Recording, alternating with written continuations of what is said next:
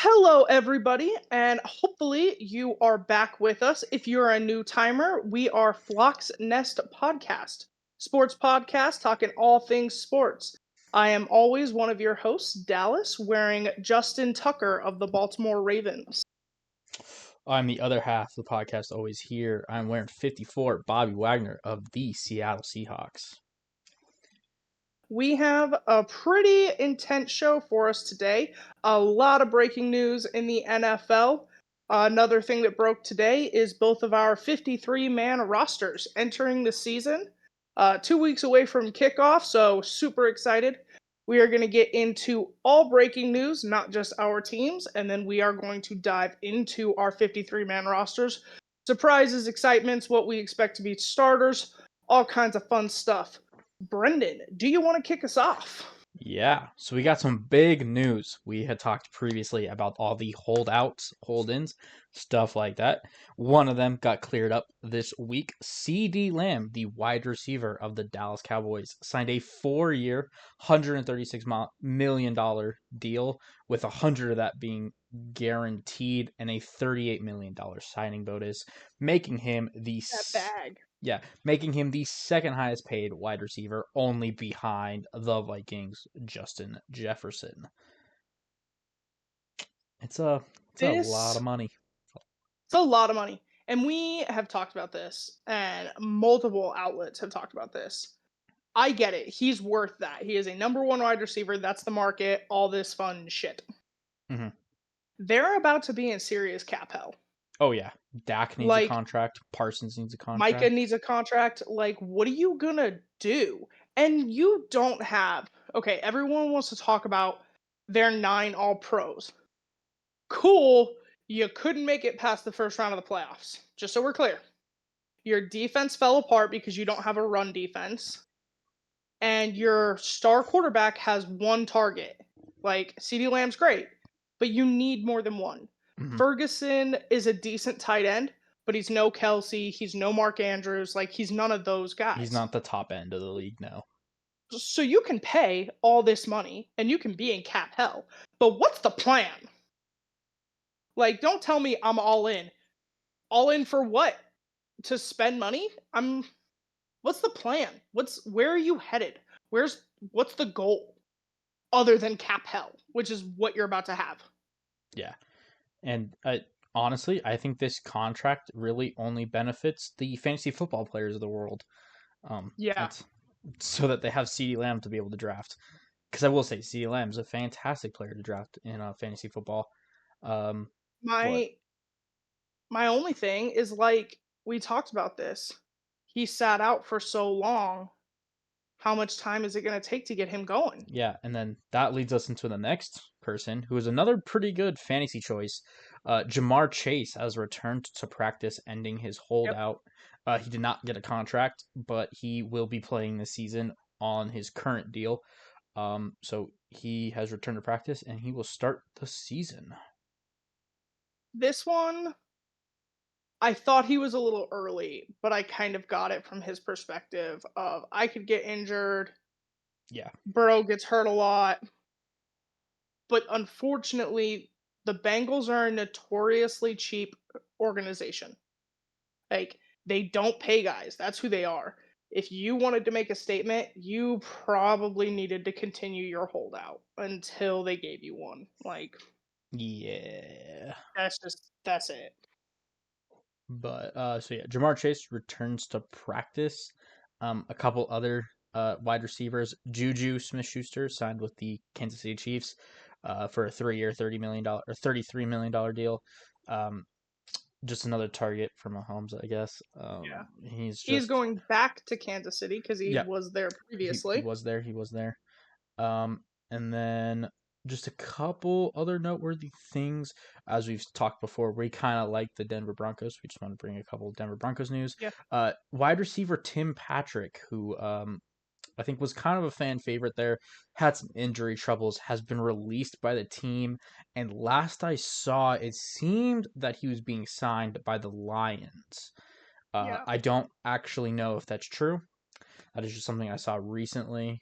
before we hopped on here. I can double check that later if we need to, but it seems like Tim Patrick is out of the Denver Broncos. And then the other thing the Broncos have decided is that um, Bo Nix is their starter, with Stidham as the backup, and then Zach Wilson as the third stringer there in Denver. And I So, think the important things to note with both of those is yeah. when Sean Payton came in, he kind of booted all of the old guard Yeah. out of Denver. He's very much a my way or the highway kind of guy.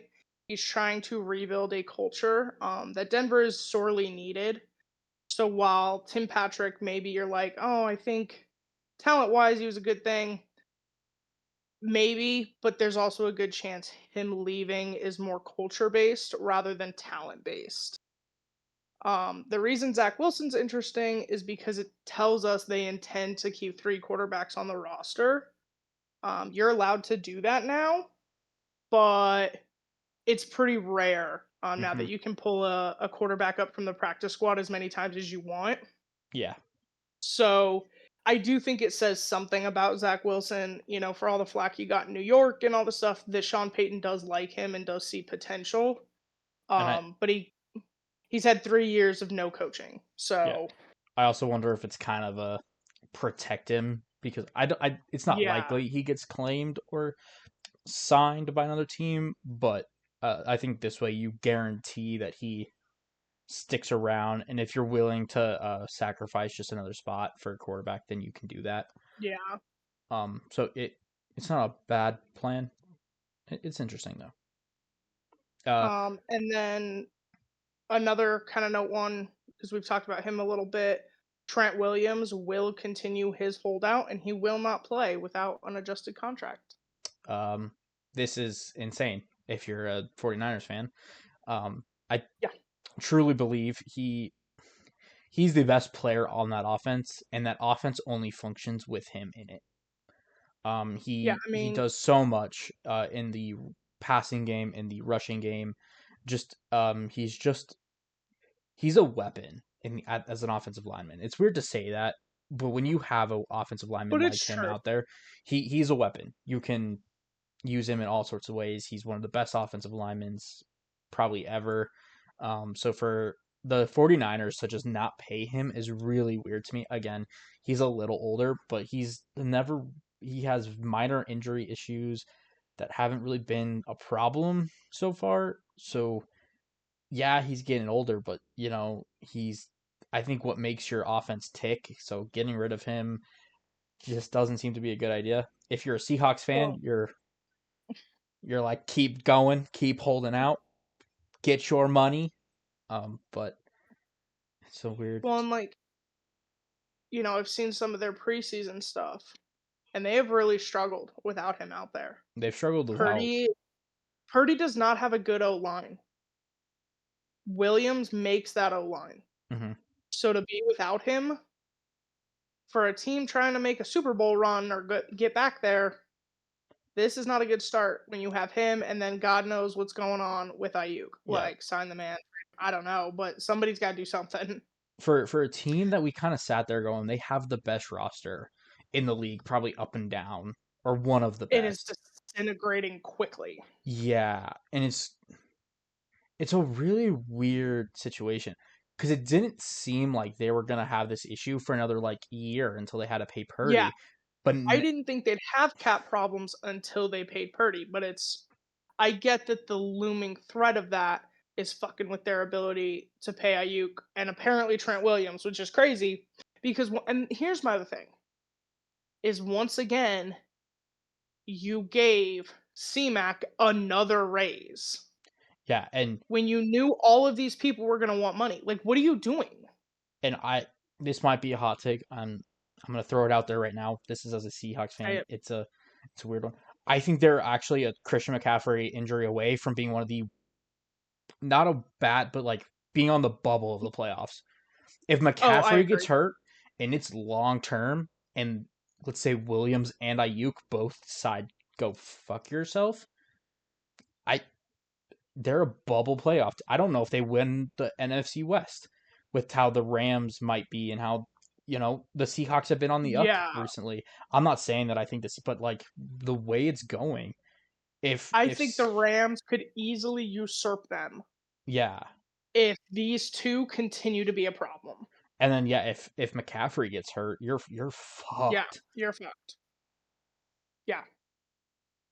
But yeah, Um, and then I did briefly mention the Cowboys. It looks like they're having, this is nothing, but I am saying it.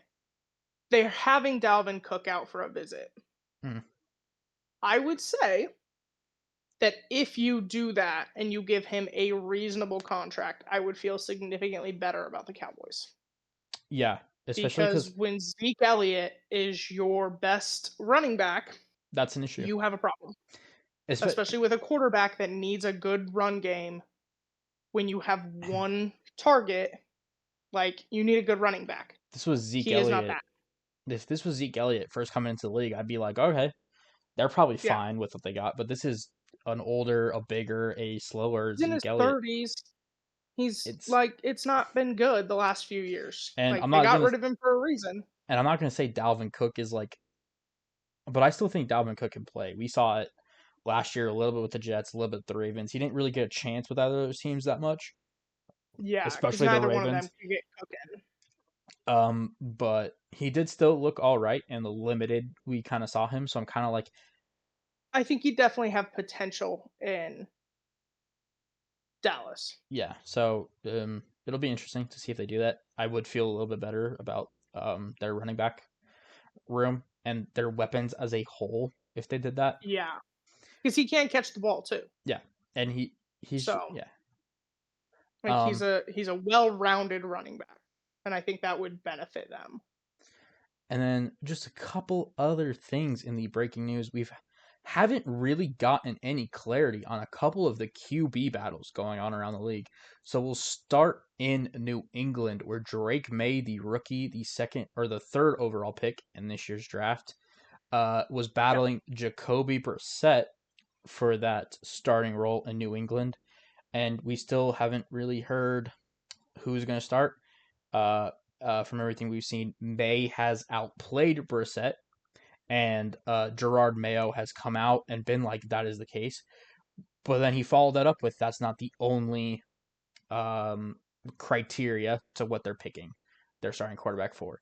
So we will see. Brissett also just got hurt in their most recent preseason game. Everything I've heard is that he got hurt, he came off, and he could have continued. He could have kept playing. They just decided to sit him down, not risk any major injury if it got worse. So I think we'll start to see more clarity in the next couple weeks in that QB battle. Yeah, I think here's my thing. I think for all intensive purposes, technically May has won the job.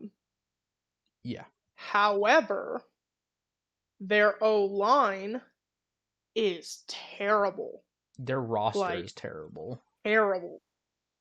And do you put out your brand new shiny quarterback just to get clobbered Who everyone when kind you're of the not gonna win anyway? Like just so we're clear, like you're not. I don't care who you have at quarterback. You're not gonna win yeah, like anything. and Or do you he was coming Yeah, or out do you put into the out the league. other guy that's a little more comfortable? He's bigger than May, so I think he'll be able to take a little bit more of that. And maybe you can get some stuff done in free agency or before the trade deadline to kind of build up your O line before you put this kid out there. Yeah, and like I was trying to say, May Oh, came sorry. into it was fine. May came into the league as kind of a project. He wasn't quite Yeah. fully what people wanted him to be, and to be in a situation we see this time and time again. To be in a situation that kind of sets you up for failure destroys rookie quarterbacks. It Mhm. destroys their confidence. It destroys who they are as a player, and it probably actually does worse. It might regress them from what they were before. A guy like a top talent coming into the league, like a Caleb Williams or a like Byron, Byron Young, Yeah. Bryce Young, Bryce Young. I was like, I'm confused where you're going with this. Bryce Young. and Yeah. then Bryce Young being the number one overall pick coming into the league had all this talent, and then last year, uh, I, last year with the Panthers, it just seemed like he regressed so much because of how bad that team was. And I see a lot of similarities in the two teams, the Panthers of last year and the Patriots of this year. Just terrible I roster think up you and down. see that nowadays. Like, we've talked about this. But when you talk about like your last few draft classes, Zach Wilson, terrible team, terrible situation, Hmm. doesn't know how to develop a quarterback. We don't really know what he can do. And I brought this Like, up with you today um, actually. yeah, The 2022 draft class, the one with Kenny Pickett yeah. being the first taken. Of the 9 quarterbacks taken in that draft, only 2 of them are still on the team that drafted them, and it's Brock Purdy and Skylar Thompson, who's the backup for the Miami Dolphins right now. So So Mr. 2 Irrelevant and the guy right before Mr. Irrelevant. where you had Kenny Pickett Like, drafted to the Steelers, didn't develop him well. You had Sam Howell in that draft class, who now plays for the Seahawks, drafted to the Commanders, did not do him any favors with development, and then Bieniemy was a terrible OC for him. oh You yeah, had Matt Corral, who went to the Panthers again, just a not great situation. You had there's another guy, Malik Willis went to the Titans because that Titans, was who was just traded to the because Packers that's why like this came up. Is yesterday or today. this is why it came up? Is Malik Willis was one of the last people to leave to make it too. So Malik Yeah. Willis is the reason I actually brought this up, kind of. But he just got traded. So like and he was with the Titans, who in theory I thought would have been a good situation, but they just didn't develop him right. So yeah, I'm kind of looking at this and I'm like, I really, really hope Drake May doesn't have to start this first Yeah. year. And then like, so what we talked Wilson, like I think you can see it in Mac Jones's regression in his second and third years. Like, you destroy that confidence in a young guy like, so I just don't. I understand that May has played better, he's developed well. Cool. Sit him. Yeah, You don't have the talent, you don't have the protection. There's no reason to rush him. Nobody's job is on the line. Like, there's just no reason. You're not going to win the division because you start him at quarterback. yeah. So that one's I think that one's the more like interesting, I think, of the two quarterback I battles that are think still that's going the on. one there's more at stake. Yeah, I think that would make Because it the next one it's is stupid. kind of a dumpster fire. It's Justin I laugh a Fields. little bit. I laugh a lot bit considering who's battling. Justin Fields and Russell Wilson are still battling for the starting job out there in Pittsburgh. Um, yeah, it's just stupid. It's just stupid. This is one. I think you have to pick between two evils. So they have a terrible O line again. Yeah, Um, and you have one guy who doesn't throw a lot of interceptions. He doesn't fumble the ball a whole ton, yeah, i.e., Russell Wilson.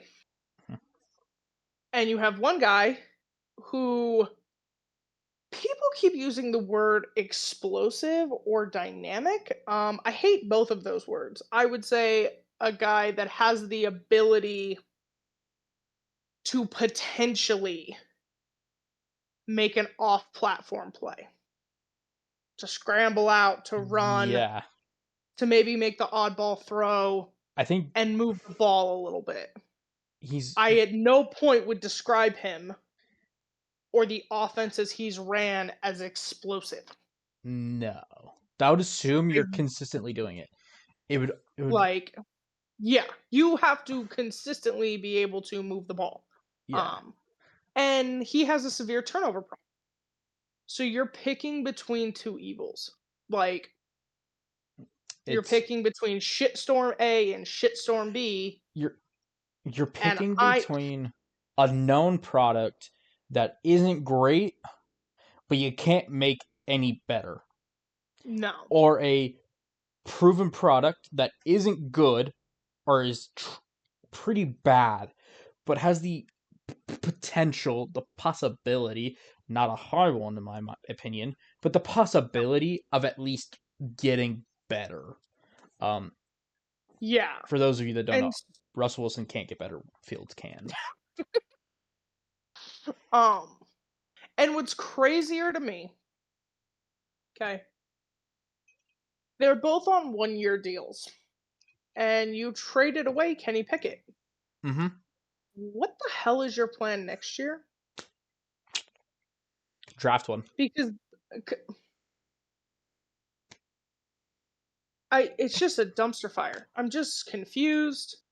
Um, I'm hearing this debate a lot on my talk shows and my podcasts that I listen to, and there's no good option. There none whatsoever. No. I don't know what happened with Kenny Pickett, but I I maybe would have tried to keep him. I'm be honest with you. I I would probably would have have. I would have I done a probably lot would of have tried to things. keep him. I would have done a lot of So things if I was in the Pittsburgh Steelers shoes. your two really bad quarterbacks on 1-year deals ain't gonna cut it. And I know we're gonna talk more about this next week. And I do not care that he was given a new extension. I think Tomlin is so far on the hot seat, it's not even funny. Yeah, it Especially because I think there's a good chance this is the first year that he doesn't have a winning record. They have a tough schedule. they have a tough schedule. They're in a tough division, tough schedule, and Kenny Pickett last year. I was very surprised he got a winning record last year with Kenny Pickett. Yeah, But at the same time, Kenny Pickett went down last year at one point, and it was Mason Rudolph. And Mason Rudolph and Mike Tomlin, Trubisky. Oh, I tri- never mind. I thought you were going somewhere else with it. I'm sorry. uh, Mason Rudolph and Mike Tomlin have a pretty decent like relationship, and kind of knew each other well enough that they could get through it and could win games. I just don't think that's going to happen with with No. the current state of that team. I just You have two quarterbacks learning the system, a defensive minded head coach, no great weapons beyond Pickens, and a trash O line and your offensive coordinator, in one of the most defensive led divisions in the NFL. yeah, and your Like, offensive coordinator is Arthur Smith, so good luck with that. the dude that could not get the most out of Kyle Pitts. Kyle And Bijan Pitts. Robinson. He And was yeah, like, and drafted him. failed at developing Ritter like at all. Like It's just, just a shit it's, show. It's a shit show. so I feel like that's just one less thing I have to worry about this year. But it will be interesting to see who they name their starting. I think a Yeah, lot of people are like, oh, they should run like two packages where Fields does some stuff and Russell does some stuff. And I'm like, the 49ers tried that with Trey Lance and Garoppolo, and it didn't go well. it that sounds great. It does. The It only sounds good, the only team but that your I O felt like line can't do it. the only team I felt make that work in recent times was the Saints when they had Taysom Hill and Jameis Winston. But honestly, it Yeah. was only because they didn't split. It was very much a Jameis Winston was the quarterback, or Taysom Hill was. It was whatever one. One of them I was think the Winston quarterback was the quarterback, and and hit then Taysom would come in occasionally. and do like really fun running plays or maybe mix in a pass. Yeah. Like they did fun stuff, but it cannot be a like Well, split. and like those guys really worked with that. Like an O-line has to get used to a quarterback's cadence and all these things. Like, they spent a lot of time with both of those guys Yeah. that they were like, we know the difference. We know how each of them does these things. Like, this is a bad O-line with two new quarterbacks to your system, and you're like, and you want to give us both and have us run with it? Good luck, bro. Good luck. Yeah, I couldn't agree more. I think Tomlin is 100% on the hot seat. You've seen teams go away from their like long tenured head coaches that just can't get it done anymore. Yeah. Belichick was fired last year. Carroll was fired last year. Uh, Vrabel, like yeah, these all these guys, and established head I just coaches. don't see a way they make it out of this season with above 500 record. So I don't see it. yeah, I just it's kind of a And they're dumpster going to fire. need a massive change. They're going to need a massive change. Yeah, And I feel like Tomlin has had plenty of time after Roethlisberger to prove he can build a team. And you went you away haven't from done it. I don't you care that you come 9-8 every year. You don't win any games in the playoffs. and you drafted Kenny Pickett to be your franchise quarterback, and you gave up on him in 2 years. Yeah. And it can't be that bad when he was named the backup for Philadelphia. Yeah, So someone fucked something up. yeah. Um, we mentioned All right, Pete. moving on. We Oh, mentioned go Pete ahead. Carroll Yeah. and Bill Belichick. This next thing kind of does affect them. The Hall of Fame is changing their requirements to elect or induct head coaches into the Hall of Fame. So previously, in order for a head coach to be inducted into the Hall of Fame, they had to wait 5 years after they retired or were fired, either way, after they were out of the league, same as players before they could be inducted. The new change allows coaches to be inducted 1 year after being out of the league, which means Belichick and Carroll are both eligible to be Hall of Famers in after this coming year. So this is interesting. This is a very new thing. And I honestly kind of think they made this change for um, Belichick in a way. I don't know if it was that reason, but it kind of felt like it. The timing wise of having Carroll and Belichick both without jobs in the NFL, it just kind of felt a little too convenient for that not to be part of the decision. I do think it's going to be interesting because while I don't think he should get hired somewhere, it's just, I'm sorry, it's how I feel. Um, is Belichick wants to coach. Yeah. Only one team interviewed him this past year. Hmm. He's getting ready to do TV, and then his plan was to re-interview or try again next year. Hmm. But if you have to choose Hall of Fame. between potentially not getting a job or the Hall of Fame, what's Belichick going to choose? Now, the other thing I'll say, and maybe this isn't fair, and I don't think it would. Like, I don't think at the end of the day he would ever disqualify himself. But the more and more time Belichick spends in the NFL and it doesn't go well, like, you hurt your legacy more and more. So I say be done, take your Hall of Fame nomination and ride off into the sunset with your inappropriate girlfriend. Yeah. Because, Yeah. I think that's his best course of action. like, Is and I just don't think I'm going to be honest with you, I don't think he's getting hired anywhere. yeah. I was going to talk about this later once we got to the Seahawks, but I feel like now is as good a time as any. Pete Carroll went on a Seattle-based talk show, radio show recently, Hmm. um, and kind of discussed. Um, this is like the first time we've really heard from him since he was fired by the Seahawks. So he was just talking what his like future plans is. Um, and the first thing he kind of mentioned is he's going to teach a class at the University of Southern Carolina, not Southern California, where he used to coach. He'll be teaching that class, and then he probably is done coaching for good. So this kind of comes as no surprise to anyone, considering that he Yeah. wasn't really looked at as for a coaching job when he was fired. So yeah, Pete Carroll talked. He did mention that he has pretty much been out of the building. No one's surprised by that. The advisor role that he was given was very much It was ceremonial. a safe face ceremonial. It was you are a We can legend call you, but because from what I've heard is he's met McDonald once and it was in the parking lot. One was I leaving, don't one was coming, I don't think McDonald would feel comfortable and yeah, really call like, and I think that's true for like any head coach. He's and like, one, I took your job, that's weird. And two, like, I'm trying to do things my own way. Your way didn't work. That's why you're not here.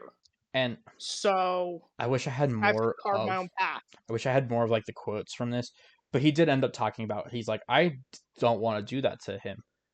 By him I Yeah. mean McDonald. He's like Carroll was very much like I want to be out of the building. This is now his shot. I had mine. It's all good. I would have liked to be the coach still, but they made their choice. And I think it would be a little bit disrespectful for me to be around and for me to try to step on his Yeah. toes. Um, and I think Which is extremely mature of him. Pete Carroll, that's honestly my thing is I think Pete Carroll's one. He's fantastic with the media and fantastic as a person in like what he says. I Yeah. think that's what made him a great head coach. But now that he's teaching a class in Southern California, I would want to take that class. I don't know what he's teaching. I kind of wish I Yeah, figured I it don't out. know what it is, but It I has would to. definitely. It probably has something to do with like personal development or something along that lines, or like probably like I have no idea, but that would be a fun class to attend because it's Yeah, because he's got so much energy. so much energy, and he's a Like, it's crazy. Like, I'm half his age, and I'm under half his age, and I don't have that kind of energy. and he's also just like I feel like a fountain of like wisdom in a way. Yeah. Like he's been through so much, and he spent so long as a head coach and has learned so much, and has clearly had success bringing people up, helping people develop as a person. Like you've seen people love him and Yeah. his coaching. So it would be a really interesting class to take. Kind of wish I figured out what he was teaching. He never revealed that He during didn't the say. interview, but um, yeah. So since we were talking about the Pete Carroll and the coaching changing in the Hall of Fame, thought I'd bring up that this is like the first time we've really heard from him in the past couple of months since he was fired. So it seems like he's doing Yeah. well, and he's definitely taking the approach of I'm done coaching. This was my I'm here if someone needs me. I know a couple people I've seen him in the Washington Huskies facility because I believe his son is currently a coordinator there. He has some connection to the Washington Huskies right now. Um, so he's been hanging around there, kind of being an advisor. But that's pretty much it. I think he's done coaching professionally for good, and he's gonna just take his Yeah, well, he'll take it probably to. I can't imagine he doesn't get into the Hall of Fame. Like, I don't. no, I don't understand that. That'd be crazy to me. but Especially when you look at some of the Hall of Fames that have come up. That I'm like, I think you you constructed the Legion of Boom, one of the best defenses of like all you can time. make that. You can beat some of these people out. Like, come on. Yeah, so that's pretty much it for Pete Carroll and the coaching change for the Hall of Fame. So we'll move on to training camp, and more specifically, we'll move on to the Baltimore Ravens training camp. Dallas, take us away. Okay, so it was a sad week last week. Coach Joe D did sadly pass away last week. We had talked about on our last episode that he had been admitted to the hospital with an acute illness. They didn't say what it was. I know the team and fans and everybody that knew him was hopeful for a recovery and healing. Unfortunately, he did pass away. Kind of left a somber feeling, I think, throughout the entire football world. A lot of players that knew him or spent time with him have done tributes this past week. The Ravens have dedicated their entire season to him. So here's just, not even for selfish reasons or liking the team, but I think it's extra reason to just want that trophy, just to be like, in his name, we're going to go all the way. We're going to get it done for him. So obviously, really sad about that. Our hearts go out to his family and to the people that are affected by this. Obviously, the entire Ravens organization and, just everybody. So unfortunately, yeah, that happened. Um,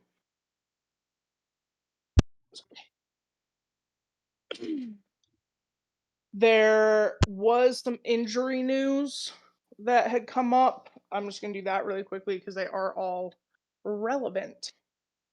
Linderbaum, the center for the Baltimore Ravens, did return to practice last week. He was redshirted, but just to have him back out there was good.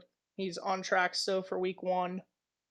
Owen Wright, we talked, I think last week. Did we talk about it? I don't remember.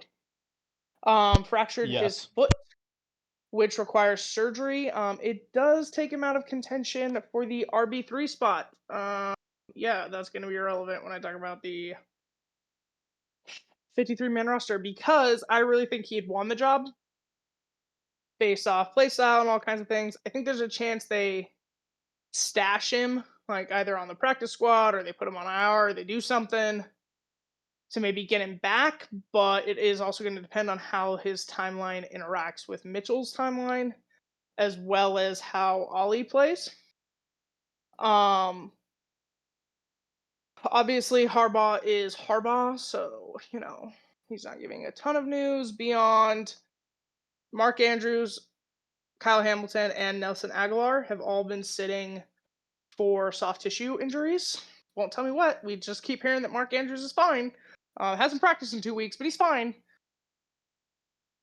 Should all return to practice by Friday or are projected to be ready by week 1. They say they're not dealing with any serious injuries, so that's exciting.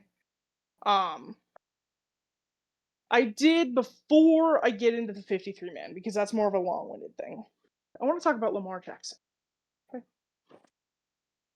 And the reason I want to talk about Lamar Jackson, actually, a couple of things have come up. There was another one that came up today, pissed me off. I do not have to make a board. As you can see, there's no board behind me for the Lamar disrespect wall. Shout out to Kevin Wild on First Things First on FS1. I'm a fan of the show. If you watch it, Nick Wright has a Patrick Mahomes disrespect board that is full all the time because he takes every little thing said against Patrick Mahomes as disrespect. Pretty much if you say his name, you're on the board. Kevin Wild made one for Lamar because the disrespect is heavy. Heavy. And he finally made one. He launched it today, I believe. So I'm excited. So I didn't make one. I don't want to step on anybody's toes. I don't want to be doing what other people are doing. So I'm not going to make one. Yeah. But he did an interview. He did a radio interview, and I don't have it in front of me, so I am paraphrasing. So please bear with me. But he was asked about the ending of last season. And he said something along the lines of, look, at the end of the day, I had come off a season ending injury. We got a new quarterback, or I'm sorry, no, a new offensive coordinator, and we made it all the way to the AFC Championship game. So at the end of the day, I am happy with what we did and what we can do. And there's been a lot of criticism of the interview. And because he's like, I don't like hate. I don't care about haters. I don't care what people say. I don't care about the criticism of my playoffs. I don't care. This is what we did. Suck it, basically, is what he said. I've seen a lot of people have different takes and be like, oh, it's not okay that you're content, or it's not this, or you should be more upset with your playoff performance. Here's my thing. I want to be very clear with what I say next. He cares. He cares a lot. He is an extremely hard critic of himself. But Lamar Jackson came into the league being told, you can't be a quarterback, be a wide receiver. And he said, okay, if you don't want me to play quarterback, don't draft me. 32 teams passed on him. It is 32 because the Ravens did not draft him with their first pick. 32 teams passed on him. The Ravens came back. Then they said, oh, well, you can't play your style and be successful. Well, his first full year in the NFL, he was the number one seed in the AFC and the MVP. He's the youngest person ever to win the Heisman. He's the youngest person ever to have 2 MVPs. He's the youngest person ever to have a unanimous MVP. At every turn, Lamar Jackson has had criticism. He's had doubters, he's had haters, he's had all the bullshit. And just so we're clear, he does hear it, and he does use it as fuel for the fire. He called out Mike Florio last year when it was don't even step on the field with the 49ers. He called out some reporter that was like, he's just not quarterbacky enough for me. He hears all of these things and he uses it as motivation. I do not believe his interview was meant as like a, I'm content with what happened and I can go home and be done. He has his goals in mind. He knows what he wants. But to walk around pissed off at what they couldn't accomplish is not going to help anybody. I think it's in its own right. It's like if that was last year, this is what we got to. When I take into all of this info into account and go, you know what? We did well. And now I know how we can improve and what we can do better. I do not think this was in any way accepting what happened, but it was allowing the past season to be over. And now we're fighting for something new. So that's it. Lamar cares a lot. Lamar is a fighter. He works and pushes himself every year to get better and to be the best version of himself. And you see that day in and day out. And so, no, this interview was not meant in a, I don't fucking care. It was meant in a, hate me, don't hate me, I don't care. I'm a top 5 quarterback in the league and we're going to get it done. And that's how it should be taken because it's true. The other thing that came up was an anonymous defensive coordinator came out and said that he can't throw the ball when he has to. You're an idiot. You're an idiot. I don't know what football you're watching. I don't know. If you're anonymous, it's because you don't really believe what you're saying. That's my opinion on the matter. He can throw the ball. He's been a passing leader. He's been MVP. He throws the ball just fine. What he cannot do is have the playbook he's been working on all year just thrown out, be handed a new one, and go, cool, go win the Super Bowl. Doesn't work that way. No quarterback would be successful that way. I don't give a fuck. That's what he's been asked to do every year he's in the playoffs. It's not just him that doesn't do well, it's the entire offense. Penalties go up, pre-snap penalties go up, fumbles go up, all this shit. He can pass the ball, you're stupid. Moving on. On to the 53-man roster. Unless, did you have anything you would like to share or thoughts on Lamar Jackson? If I think all of this criticism is warranted. I think he's a terrible quarterback. I think he should be out of the league by now. The fact that he's on your 53-man roster is incredible. He deserves all the disrespect he gets. What else can I say? Joe Burrow You're is going on the board. I'm gonna send this to Kevin Wild and make him put your ass on the board. Joe Burrow is Be the like, best Kevin, quarterback. I'm gonna tell Kevin we'll tag team it. I'll help you build it. Put this mofo on the board. Shit. The Steelers have a better quarterback in that division than Lamar Jackson. Clearly. Yeah. For everyone wondering, Do you have something honest you would like to share? I am kidding. It is kind of incredible the amount of disrespect he gets. And I don't get it from a fundamental standpoint. I know why. he gets the disrespect he does. And I don't agree with any of it for the most part. But I am also starting to reach a point of he does have to perform in the playoffs. He does have to start, because we've talked about, you have to win in spite of this. I think No, and I think go ahead. I think we're starting to get to the point of Lamar needs to win, whether that's make it to the Super Bowl or win the Super Bowl. He has to win in spite of his team getting worse in the playoffs. Even if it's not Well, him, he has to yeah. kind of win in spite of that. Here's my thing. I do not disagree with an accurate criticism of Lamar because there are those.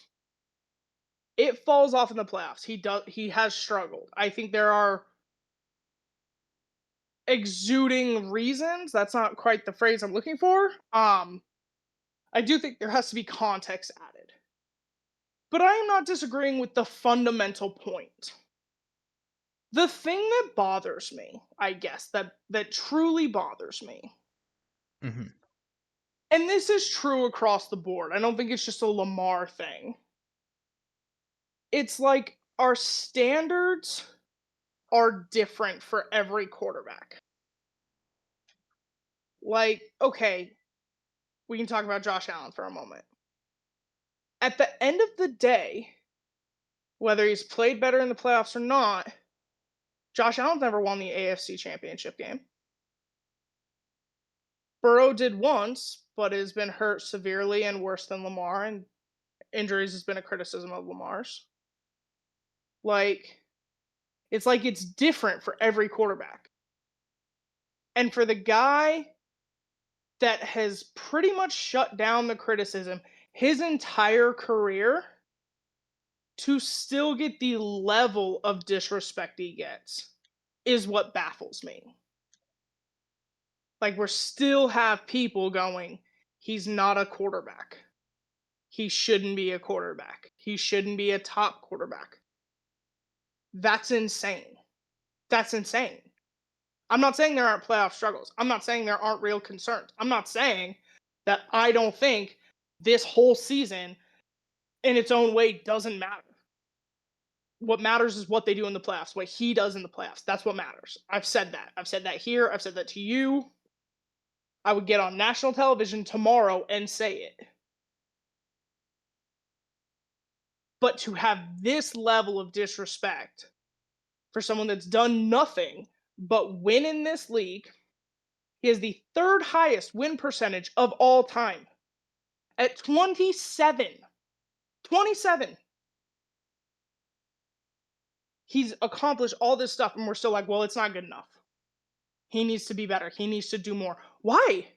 Yeah, I would love a Super Bowl. I would love a Super Bowl. He would love a Super Bowl. Who's won a Super Bowl in the last 5 years? Patrick Mahomes, Tom Brady, And Stafford. and Stafford. So why is Lamar expected to have this when Josh Allen hasn't won one? Joe Burrow hasn't won one. I keep hearing how awesome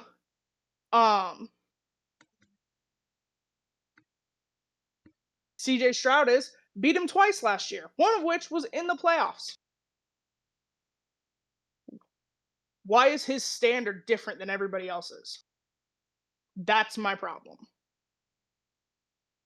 Like, can't we just like this to this point? His career, at its core, has been phenomenal. Phenomenal. Why is that not good enough? To at least garner a level of respect. That's my issue. You want to critique the playoffs? Sure. You want to go, hey, I think really to take that next step in your career, you have to play better. You have to play in spite of some of this. You have to be the guy to tell your OC, this is what we need to do. This is who we are. You need to be that guy. Yes, I expect that of him this year. I really do. But I respect what he's done to this point. He's 27 fucking years old. That's younger than Joe Burrow, by the way. If you're not sure, he's younger than Joe Burrow. He's younger than Josh Allen. He's younger than Patrick Mahomes.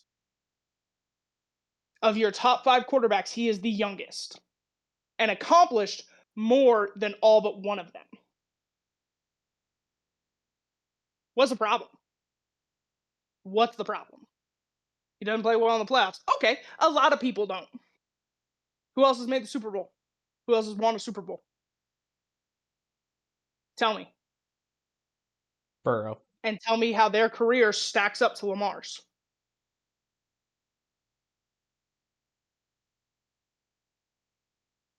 You can't do it. That's my problem. That's my problem. You want to criticize him? Fine, criticize him.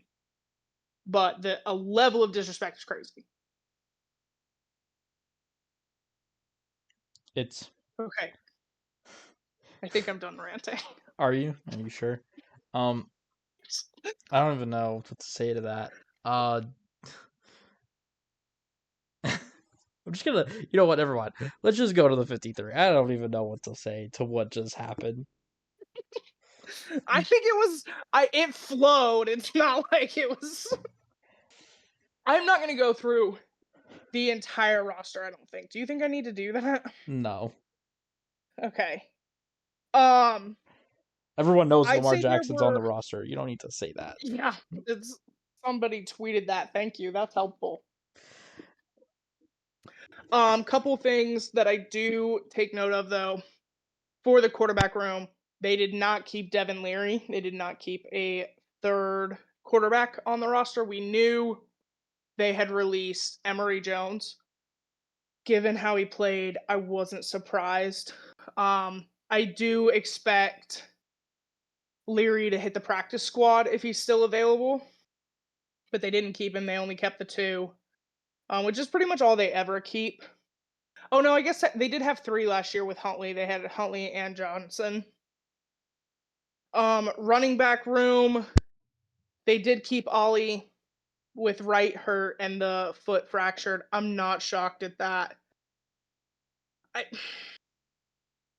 Because they're a run heavy team, I expected them to keep at least 3. Yes, I do think Wright would have won the job. Unfortunately, the injury came. At wide receivers, I don't think anything was shocking. The only one that kind of got me was Malik Cunningham. Yeah, was a wide receiver, or no, I'm sorry. So originally he was a quarterback, and he was a quarterback with the New England Patriots. Last year, the Ravens picked him up off of their practice squad, had him in the quarterback room, and then talked to him and transitioned him into a wide receiver. Because of all of that, I kind of expected him to stay on the roster or to make the roster. He did not. I do think he's another one. He'll hit the practice squad. I can't imagine someone picking him up. There isn't a ton of tape on him. He didn't play really during preseason. It's really about what they've seen in practice. So I think he will be ours for the taking. Um, Tight ends. I had made the comment I think last week that I thought there was a shot they keep 4. I realized because you and I had the conversation like after we ended, there was no way in hell they were going to keep 4 because I forgot about Patrick Picard. And because they do utilize their fullback, they weren't going to keep a 4th tight end, which means Kadarius Molley did not make the team. I was a little disappointed at that, just for the legacy aspect of it. I don't know if I expect him to make the practice squad. He didn't have great tape on there. I know they really liked him as a person, and as a guy, and I know reporters and coaches have all said he wildly improved during training camp. I just don't know if that's going to be enough. The practice squad is a small list of guys, Mm-hmm. and at tight end, even if Andrews got hurt, Charlie Kohler has had plenty of playing experience. I don't know that I think they keep a tight end, just with that room being as deep as it is. Defensive backs, nothing really stands out. I don't think or I'm sorry, let's go back. Let's stay on the offensive side of the ball. Let's finish that. Offensive line, nothing really stands out. John Harbaugh did say that their O line, their starting O line was set, but he wasn't going to announce it. He felt no need for that. I do think it will be Voorhees at left guard, Stanley at left tackle, Linderbaum at center, Patrick McCarry at right guard, and Rosengarten at right tackle.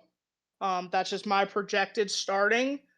The only one I'm not quite 100% sold on is the right guard position, but it is my favorite. It's who I think is most likely to take the job based off what I've seen in preseason, what he did last year.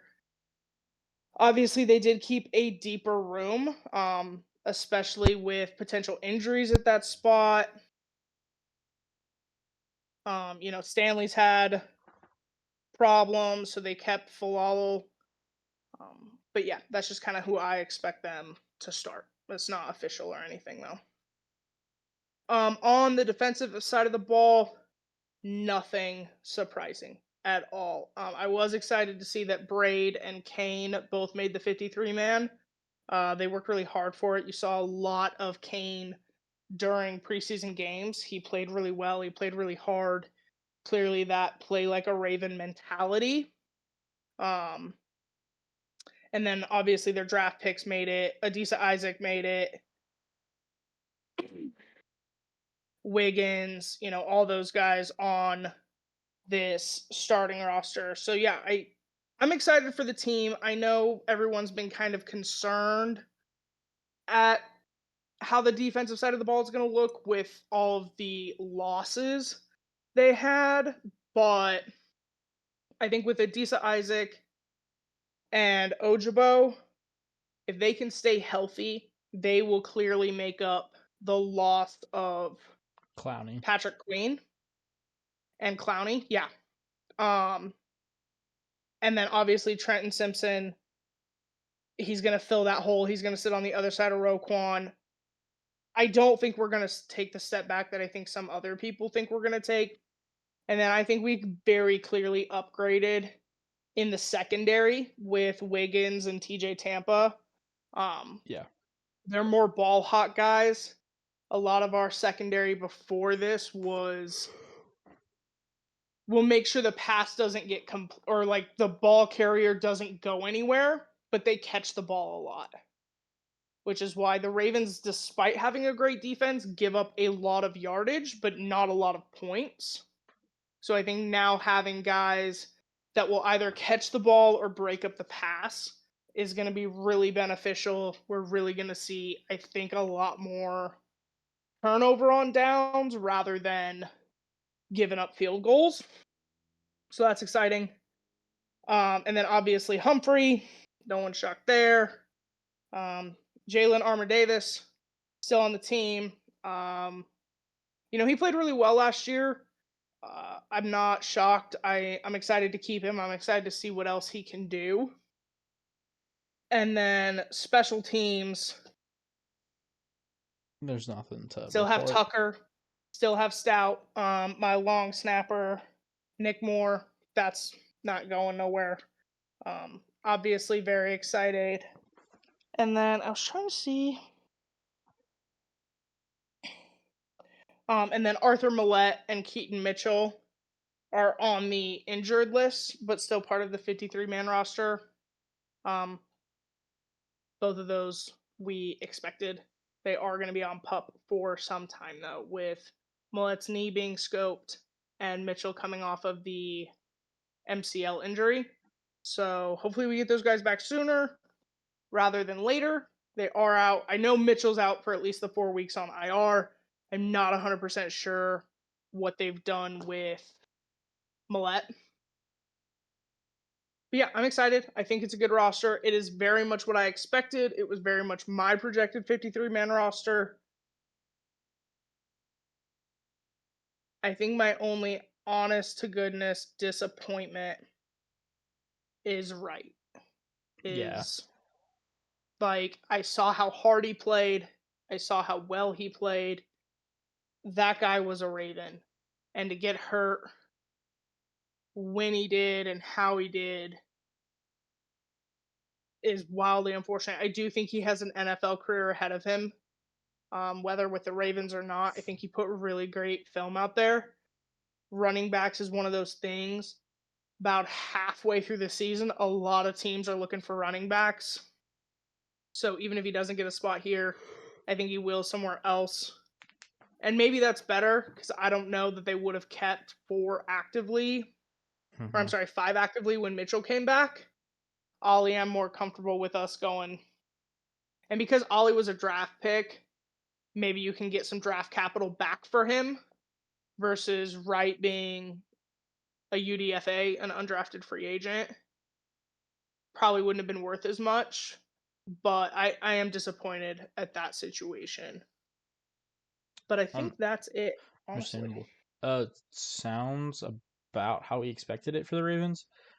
Yeah, Nothing too nothing too crazy. interesting over there. Um, and they kept the numbers because you and I were talking last week. The numbers that I had projected, um, I was pretty much right.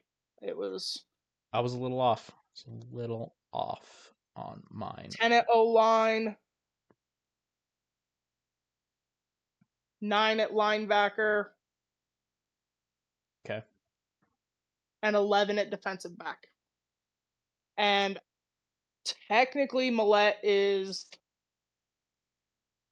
he's a defensive back, so 12 at Yeah. defensive back. But I guess like that 10 to 12 range for both of them. Mm-hmm. So, yeah, With nothing super shocking. And here's the thing, because I was telling a mutual friend that we have, that's weird, I'm gonna have to come with a different version of that. That when most teams, like established teams, unless you're in a rebuilding year, mm-hmm. while you have 53 roster and you have a 90 man, you start with 90. I would say about 40 of the 53, 40 to 45 are actively set. Yeah. And then it's 5 to 8 are the positions up for grabs. And a lot of times those are your draft picks, maybe one or two undrafted free agents. But you really have 5 to 8 positions up for grabs. At the ones I had, the standouts were clear from the beginning. I don't yes, it was a competition, but Rosengarten was pretty much always going to win right tackle. Like that's what happened. The Ravens draft well, they find free agents well. When their 53 comes out, you pretty much know what it's going to look like, and that's what happened this year. Yeah. Seattle's is not like that in the slightest. Well, tell us about it. I'll get there last because there's some stuff to cover beforehand. Okay, well, talk to us about Seahawks. I think I'm done with the Ravens after my Lamar rant and my 53. Yeah. Um, let's start with some trade news because this is something that John Schneider does a lot is trade in August. There was 3 of them since last week. We'll start from from the least recent. So they traded Michael Jackson, the corner that has been with the team for a while, to the Panthers in exchange for Michael Barrett, the linebacker that was drafted in the 7th round out of Michigan. They traded just 1-for-1. This I thought was going to be a good move because I thought some things would happen, as I'll get to in the 53-man roster. Michael Barrett does not land on the 53 roster, which I think is pretty interesting. I don't know if he'll get claimed off waivers. I think he'll end up just getting stored on the Oh practice. shit! I Go think ahead. I I think realized I forgot a guy.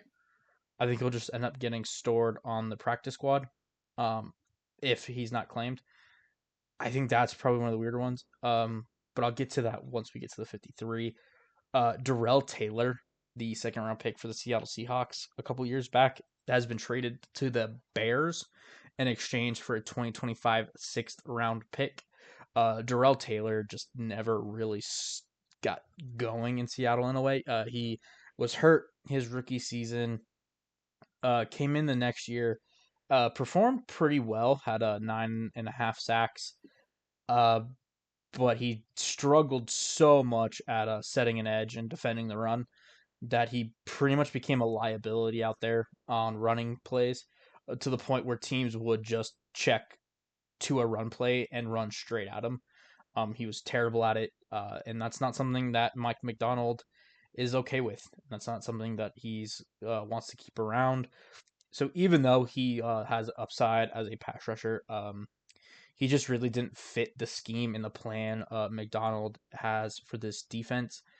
So he was shipped off to the Bears for a 6th-round pick. Um, it's a okay trade. I think they wouldn't have made this trade. So they made this trade before the most recent game against the Browns. I don't think they make this trade after that game, and I'll get to that in a second. Um, because during the game, because we'll tie in a second, Chenna Nwosu, the our star outside pass rusher, unfortunately has an MCL sprain. He was on the 53-man roster, was not put on IR, was not put on PUP. So optimistically, he should be back within before week 4 of the season, essentially. So estimates 2 to 6 weeks. I'm hoping it's more of the optimistic 2 to 4 weeks. That would get him back by week 2, week 3 ish. As long as we have him back before the Lions game, I'm happy. But yeah, so because of that, and because we traded Darrell Taylor, we traded for Trevis Gibson, an outside linebacker from Jacksonville. We traded a 2025 6th-round pick. So we essentially traded Darrell Taylor for Gibson. I I think we're sending our own pick to Jacksonville, not the Bears pick. But it's 6th-round picks. I mean, like, it's the same thing. So Gibson, I think, is slightly worse at rushing the passer, but is significantly better at defending the run. So I think he just fits the system a lot better than Taylor did. So I think he's someone that will be around and will be pretty solid for the Seahawks as a pass rusher and as a just rotational guy. And to replace or to just be there for when Nwosu eventually returns, I think that'll work out just fine. As I said, Nwosu got hurt during the game. I'm gonna just quickly talk about it because I don't want there to be any hate. I don't believe in that. But he got hurt on a very illegal play. Wyatt Teller, the guard for the Browns, chop blocked Nwosu and hit him right in the knee. Completely illegal. Was flagged on the play. But for anyone that is throwing hate at Teller for this, that's terrible. That's awful. He was making a football play. He made a mistake in the moment. Everyone does. It's shitty that Nwosu got hurt, but all things considered, Nwosu got pretty lucky that he didn't tear anything. Nothing major happened.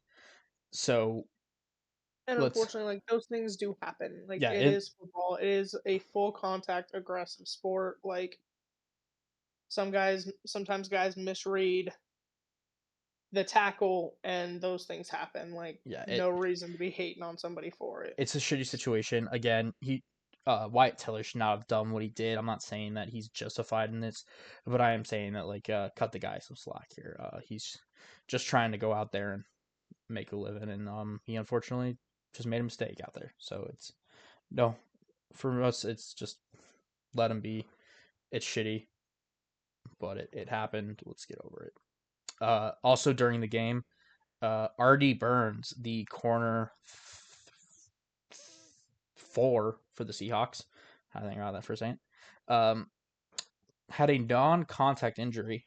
Was running and pulled up like you do, and was carted off the field. Was carted to the locker room. Ended up walking to the sideline because he was right there, and was carted to the locker room. because it's Mike McDonald and he's a fucking Baltimore Raven, he has not given us any new information on that. He was left off the 53-man roster entirely, so I don't know how much it mattered, but I kind of think that injury did play a bit of a part in that situation. But yeah, it didn't look good. I'm gonna guess he tore something somewhere, whether it was Achilles or something in the knee.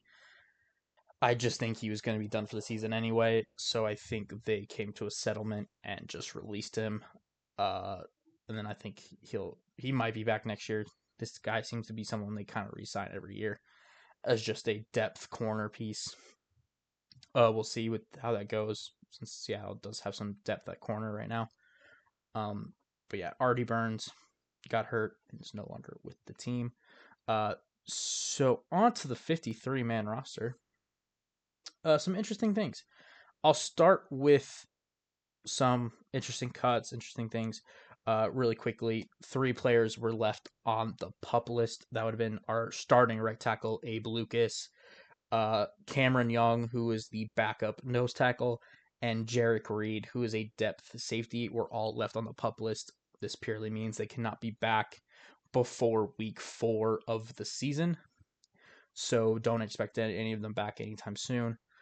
For some of them, they might be back mid-season. For others, they might be done the whole season. We really don't know yet, especially because they just haven't given us a ton of information on the injuries.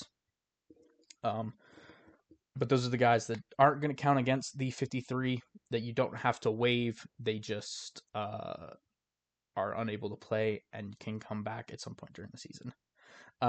People that have been cut that I find interesting. So Michael Barrett, obviously, you traded for him recently. Wasn't able to do a whole ton in the games. The one game he would have been able for. So it's still interesting to cut him because you traded for him. You gave up the capital to get him, or you gave up Michael Jackson to get him. So solid depth corner.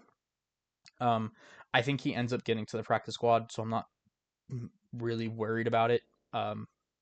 But it was kind of an interesting decision to see that happen. McClendon Curtis, I think, was a very surprising cut for us, considering he was playing backup right tackle for most of preseason without Abe Lucas out there. And with the Seahawks resting George Fant, who is going to start at right tackle without Abe Lucas out there. So for him to get cut, I thought was kind of interesting.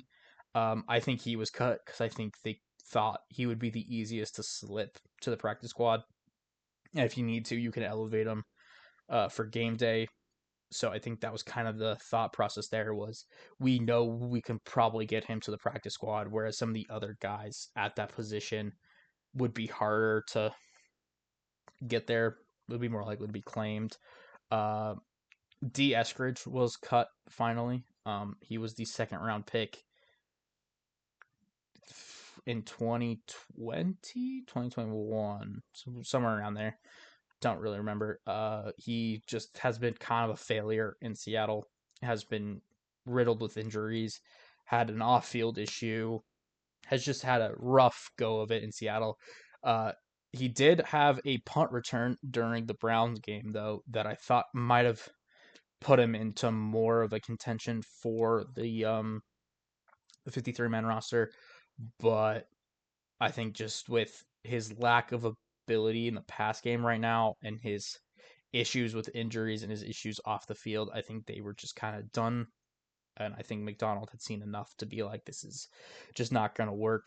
He might end up falling to the practice squad. I don't know if they'll keep him around. I guess we'll have to wait and see for that. Another George Halani, I think, was another interesting one. He was an undrafted free agent running back out of Idaho, or out of Boise State. Boise State was his college. He looked pretty good this preseason. Had 2 touchdowns. Was good on blocking. Just looked like a really solid running back. He was released, and Seattle only kept 3 on the roster. I thought that was an interesting one. I think he'll probably fall to the practice squad. I really hope so. I think he did show a lot of good things on tape and a lot of good things for the Seahawks. So I guess we'll have to wait and see there. And then probably, oh, there's two more. Uh, Another really interesting cut was DJ James, the Auburn corner that was drafted in the 5th round this year. He was a draft pick, so those don't get cut very often. Um, he struggled a little bit in the preseason, had some good moments too, though. So I think they're hoping to get him to the practice squad as well.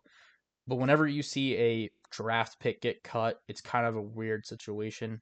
Um, I don't really know uh, what's gonna happen there. I think they're really hoping he falls to the practice squad, but I also don't know if they care, but I don't know if they're gonna lose a ton of sleep if he doesn't.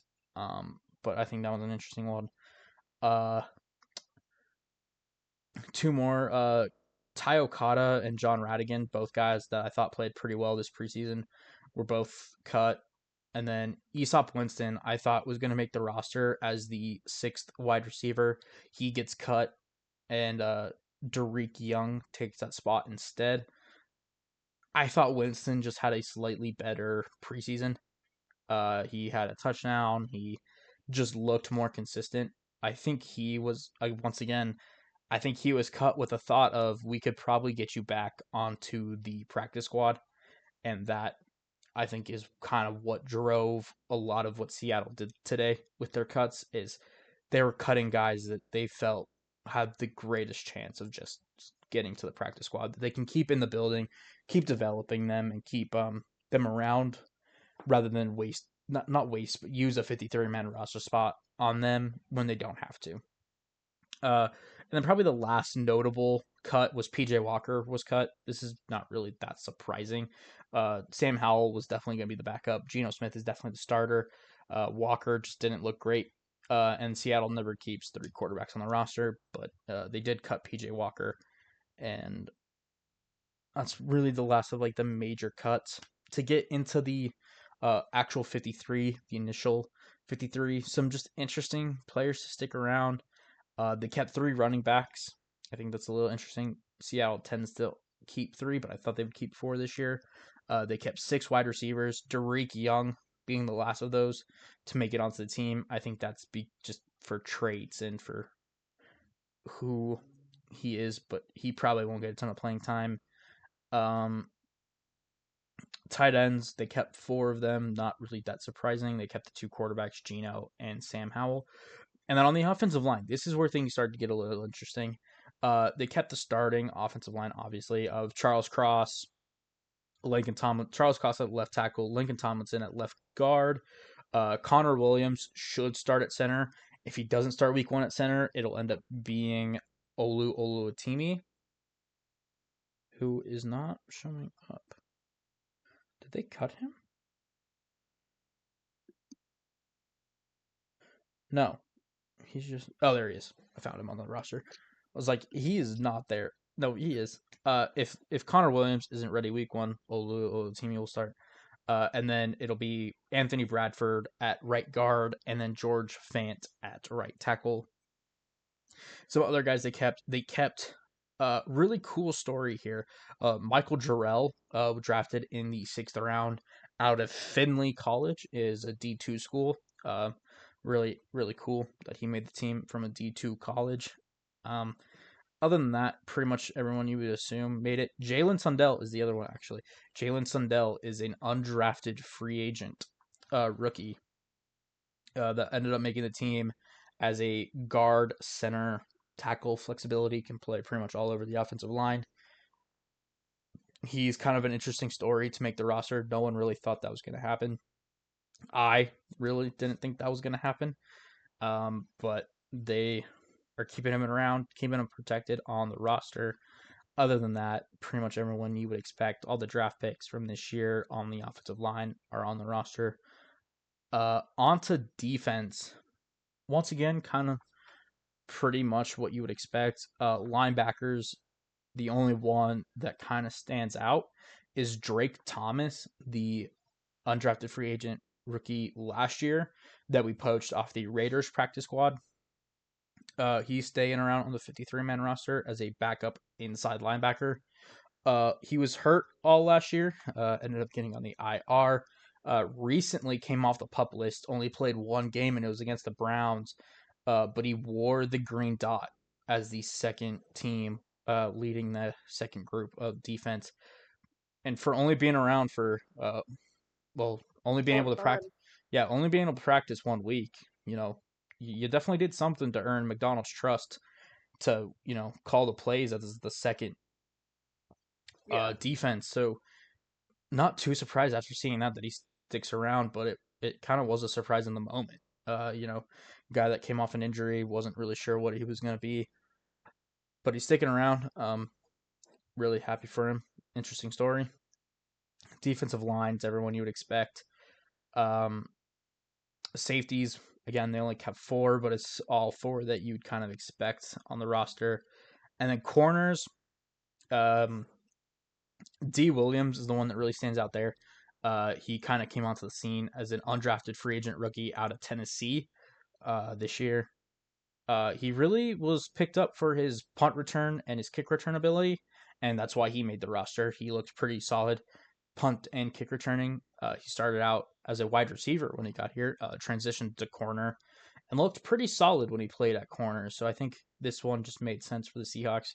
Look good as a returner and can play corner in a pinch if you really need it. Um, and then Nehemiah Pritchett also made the team at corner, the draft pick.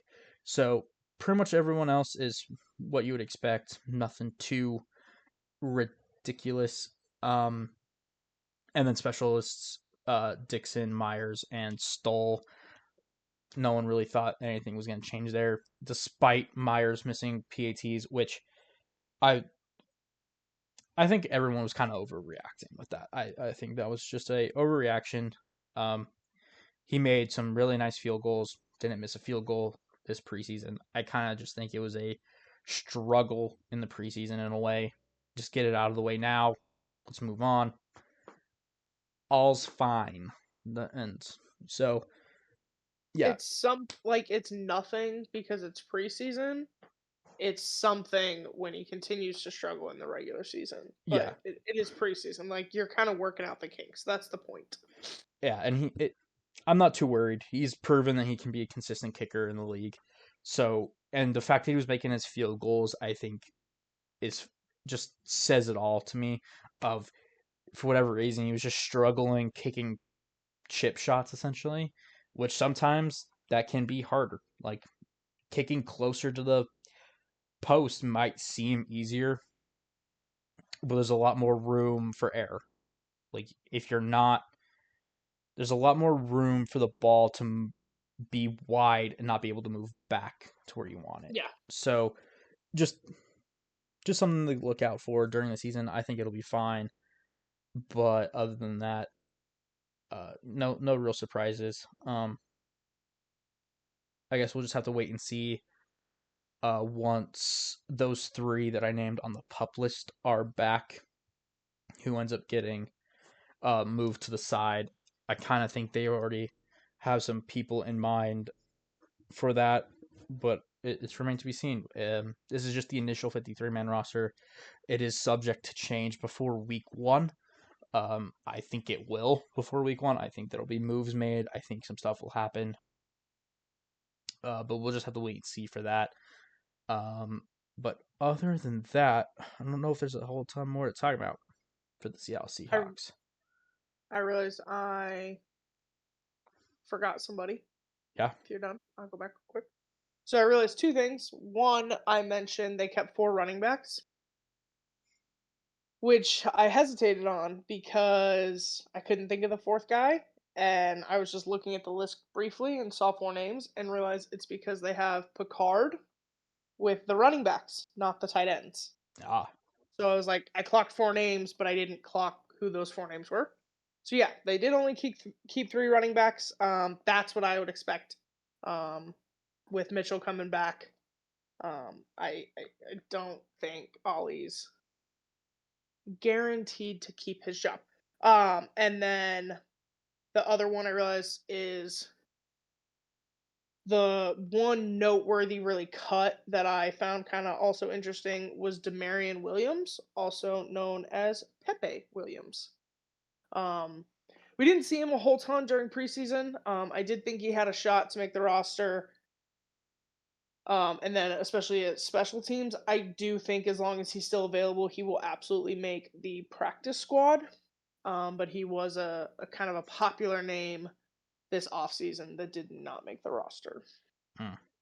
So I realized as soon as you moved on, I'm like, I forgot all about Pepe. Yeah. And then yeah, And then yeah, I was just kind of looking at my list some further. I was listening to you talk. I have no idea what they're gonna do when Millette comes back. If that's they're not gonna good. have to move anybody. Um, That's no bueno. Yeah, the three guys that Seattle has on the pup list that can come back, they have easily replaceable people on the back end of the roster. For like Cam Young coming back, Miles Adams made the roster, but he'll probably end up being the one that gets shuffled to the practice squad when he's back. Um, I was supposed to get a text before this happened so that I could warn us that this was gonna happen. I don't know what happened.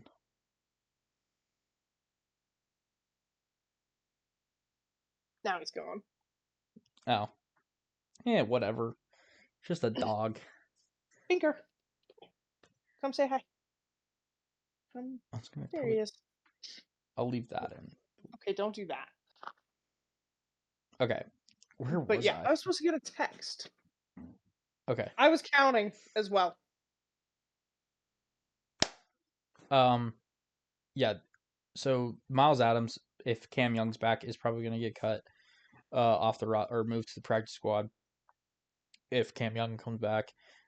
If Jarek Reed comes back, they'll probably end up moving on from. I don't really know who they cut for Jarek Reed, but I don't know how much that matters. I think they probably just put Jarek Reed on the practice squad. He is just a depth safety piece. So I guess that's something. And then if Abe Lucas is back at right tackle, they probably cut Stone Forsythe. Um, he's just kind of the odd man out on that offensive line. He's not that good, but he has started games in the NFL. So he, if Abe Lucas is back, he's probably the one that gets shuffled out. So Seattle doesn't have that issue of like if someone comes back from IR or if someone comes back from the pup, if they're in trouble.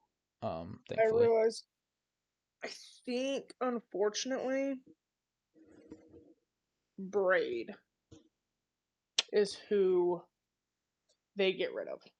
Uh, And while yes, you're dropping a safety for another corner, that's the only name on this list of defensive backs that I could be like, that's expendable. yeah, like Wiggins, you're not getting rid of. Yeah.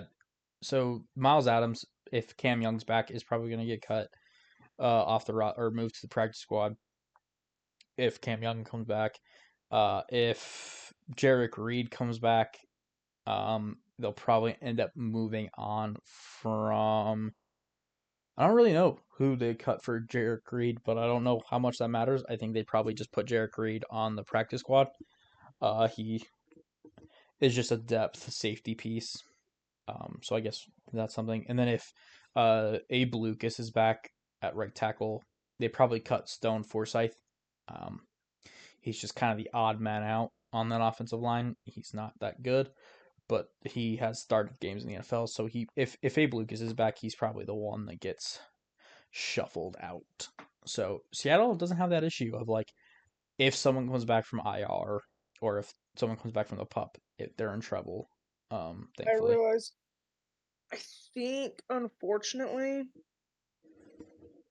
Braid is who they get rid of.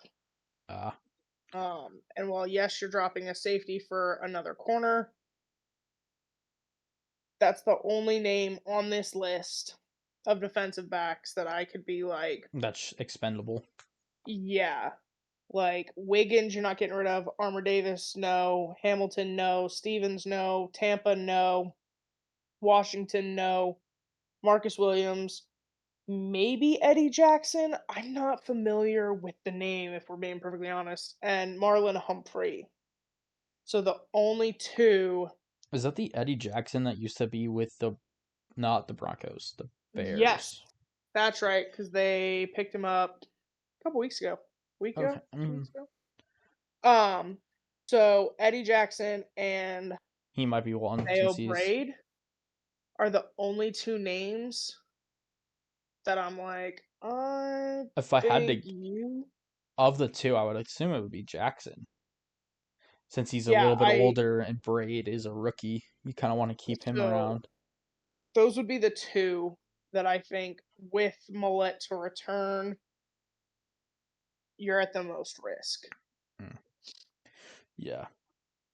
So, I mean, I'm just even putting this away. I figure now we're just kind of chatting. This was a stressful day for you and I. Yeah. Like, we talked, I think Sunday, about how since we've started this, we've tried to stay way more informed than we usually do. Mm-hmm. Like, 100%. want to sound mildly intelligent. Like, we kind of know what we're talking about. We're not just up here screaming about Lamar Jackson, which is founded in fact, by the way. So, Still screaming about Lamar Jackson. but like, shut up. But like, we want, we're far more informed, I think, than we have ever been. Today, despite the fact that I had a pretty solid guess of what my 53 was going to look like, the nerves I felt waiting for this damn list was off the chart, especially because I was informed late that while they had to be cut down by 1 o'clock our time, which is Pacific, the Ravens just do whatever the hell they want And wait to and release it. decide we'll release it at about 8:30 our time. I was like, what the hell, bro? Like, just give me the list. So Just the just tell Seahawks me. kind of did something similar. Um, we only really got like information on cuts like an hour before the deadline. We knew Yeah. very little of what was going on, and then thankfully Seattle had their 53 like our official initial 53 out like a like maybe 1 to 2 hours after the deadline. Um, so I could stop stressing about it and just look at it. Um, but all in all, it was stressful. We kind of got invested in a Yeah. lot of these players and a lot of these athletes.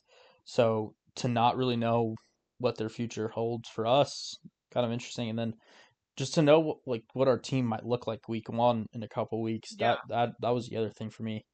Um, seeing what Mike McDonald wants to do, that was something. Did you, I mean, looking at your team, because I see it, and so I will bring it back to me. But do you see like a McDonald style defense? Like maybe you kept more players at a certain position 100%. that you normally don't? 100.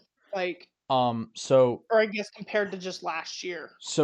just last year, uh, I don't have the numbers in front of me, and I'm not trying to find that. Yeah. I mean, again, we're just, But if I'm looking at defensively, the Seahawks normally keep 6-ish corners. okay. They kept 5, and one of them probably won't play corner. He was there to play special teams. So really, they only have 4 corners on the roster and only 4 safeties on the roster, which is not a ton. And then you look at the rest of the defense, like that defensive line, they kept 6 guys in the interior of our defensive line, not on at the edge, in the interior. There was 6 guys that made the roster, and I think that's the first one for me. In past, the Seahawks did not keep that many interior pass rushers. Um, and all the names, I love this. Like it's a great group. Um, And then if I'm looking on the edge, like Gibson is gonna end up playing. Derek Hall is gonna end up playing. Draymond Jones is listed as a linebacker or edge rusher. I think he will flip back and forth between that and interior defensive line. I think he has that kind of flexibility. And then you have Mafe and Nwosu. So that's five outside pass rushers. And Nwosu won't end up playing to start the season. So there's really four, but once he's back, there'll be five. That's 11 guys rotating on that defensive line. That's a lot for the Seahawks. And I definitely think that's a McDonald style of having a lot of pass rushers to rotate, uh, sacrificing a little bit at the linebacker position for it. They only kept four interior linebackers. So it is definitely interesting. And then to talk like coordinator wise, nothing really surprises me. They kept a little more offensive linemen than I thought they would. But I think that was really just to protect some of their draft picks that they had, some of the younger guys. But yeah, like for the most part, not a ton's changed, but like the defense definitely has. Only keeping three running backs, not overly surprising. Six wide receivers, also not overly surprising. Laviscus and Chanot, I think, is one of the more interesting wide receivers we kept. Uh, I think he was honestly never going to get left off the roster, though, considering how good he has been as a kick returner and how just willing he's been as a blocker, as a special teams guy, and what Grubb can do with him. And then four tight ends, and then 11 offensive linemen. Yeah, 11 offensive linemen, which is a little more than they usually keep. But again, I kind of touched on that a little bit. So it definitely, I think what I'm more intrigued by is how many players are kind of holdovers on the roster. Okay. So, you know, not a ton of change in terms of like personnel during Pete Carroll to Mike McDonald, but changes on how many at each position in a way, Yeah. I think is the best way I could put it. No, that's fair. I mean, I'm looking at my roster, and the one that really stands out, I have six safeties. That's a lot. What the hell have I ever done with more than like four? Um, and I know the secondary is an emphasis this year. I understand that. But six safeties is a lot. Yeah, that kind of seems excessive. When on an active rotation, You really only need like I use like two, or three. and then, well, like looking at like actively, I use Kyle Hamilton and Marcus Williams, Okay. and I think I'll use Kane. But like, what the hell? And then I have one defensive back, one in Brandon Stevens. So it's kind of like you said, like the names don't surprise me, but the number of people in my secondary is one. I have 11. I have 11 secondary players. That's really high, I think, for the Ravens. Like we tend to prioritize the D line, we tend to Yeah. prioritize the pass rush. Well, So I I definitely think this is like we're trying to key up for the couple holes we had last year. I think this is also in response to if we don't have the pass rush we've had in the past, at least this way we can break up the pass. Like we focus more on the secondary. but it is. I also think it's kind of Orr trying to make his stamp As of like the Ravens defense has always been that D line power group. You know, the bullies of Baltimore were a D line machine. And I don't think Orr's necessarily trying to get away from that, but he's trying to be like, we can do better as an overall. yeah, I think just for the So, but six comparison, safeties is crazy. since Mike McDonald was the coordinator there last year, um, the Seahawks kept eight of like four corners and then four safeties, so eight defensive backs or secondary people, and then they kept 11 on the D line. And So that's this year. I have 9 D line, only 4 of which are inside linebackers, which doesn't necessarily surprise me because unless Roquan's hurt, he plays every snap. He doesn't take a ton of rest. And then on the secondary, I have 6 safeties, 5 corners, and 1 DB. yeah, that's kind of Like crazy. it's just I've just never seen a Ravens defense constructed quite like that. Now I'm excited to see Orr's defense. I'm excited to see because I do think that's like when I watch Ravens games. Sometimes I'm like, man, I get that we tackle the ball catcher, but could we stop letting them catch the damn ball? That'd be great. That'd be great. So I'm excited for it, but it's definitely, I think this is not the Ravens of old, like where we just stuff you at the line or we kill the quarterback. I definitely think you still have those guys. I'm not saying we don't.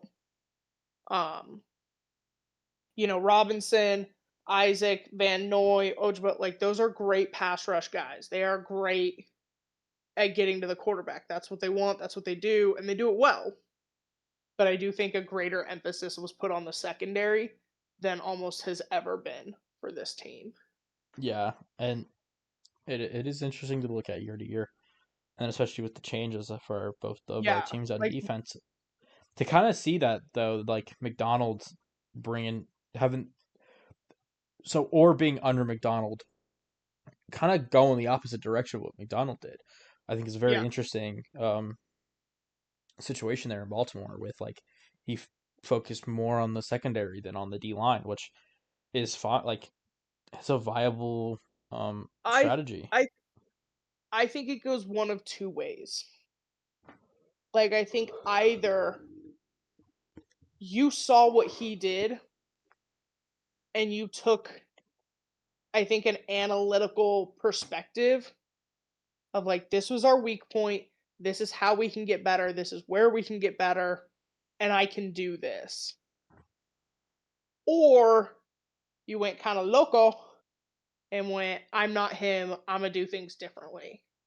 I don't think that's Zach Orr. I think it was I believe it was the first one of like, this is simply what we can be better at. But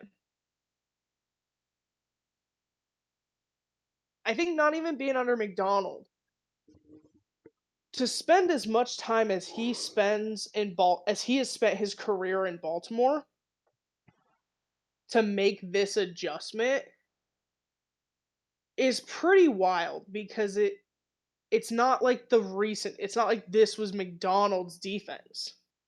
Like this is who the bullies were 24 years ago. Like we've always been a D-line heavy team, and to kind of move away from that with still talent there but focus more on this, have a deeper secondary, I think says a lot. It could be a really good thing. It could really elevate this defense. It does. I don't want to say I'm hesitant. It does give me pause. Um, I don't. It's kind of like I said this to you last year, and I feel this way this year. I like Monken, and I'm glad that he's trying to put more into Lamar's throwing. I'm glad we're doing that. but you can't get away from who Lamar is. Like, this is still a run heavy team, and they succeed at that. You can't just eliminate it and try and be someone else. I don't want us to just get away from who they were defensively.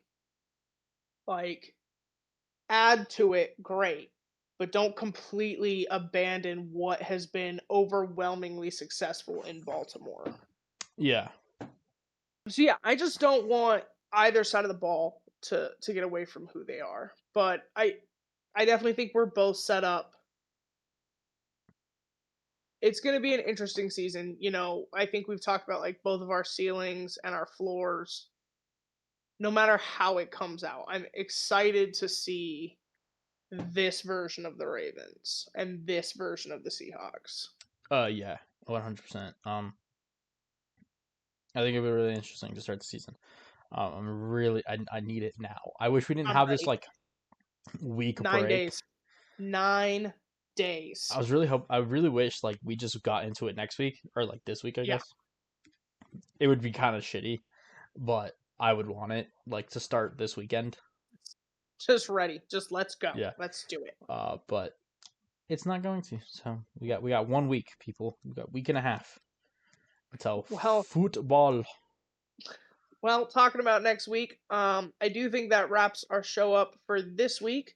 Yeah. Please join us next week. It's going to be a very Different. drama-filled episode. Hot takes, hot seats, um, kind of all of our out there opinions. I have split the NFLs into categories, and I think a couple of them are going to surprise slash anger people. So it's exciting. And then we'll Uh, probably do a quarterback ranking, starting yep. quarterbacks going into the season. Now that we have some Now, clarity on who is starting for every team, hopefully, um, we'll get answers on a couple of them. if we have time next week, we might touch on a little bit of fantasy because we will both have drafted in fantasy by then. Yep. So, uh, we'll, Yeah, we'll we'll so we might touch on that a little bit. But yeah, next week will be different. We won't talk a ton about our individual teams. It'll kind of be more of a general NFL discussion, unless something very interesting happens with the Seahawks or the Ravens going into next week when we record. That being said, I've been Brendan, and I've been Dallas. and this has been Philoxenus Podcast. Thank you for joining us this week, and remember to like, subscribe, comment, let us know what you want to see, and have a good one. Bye.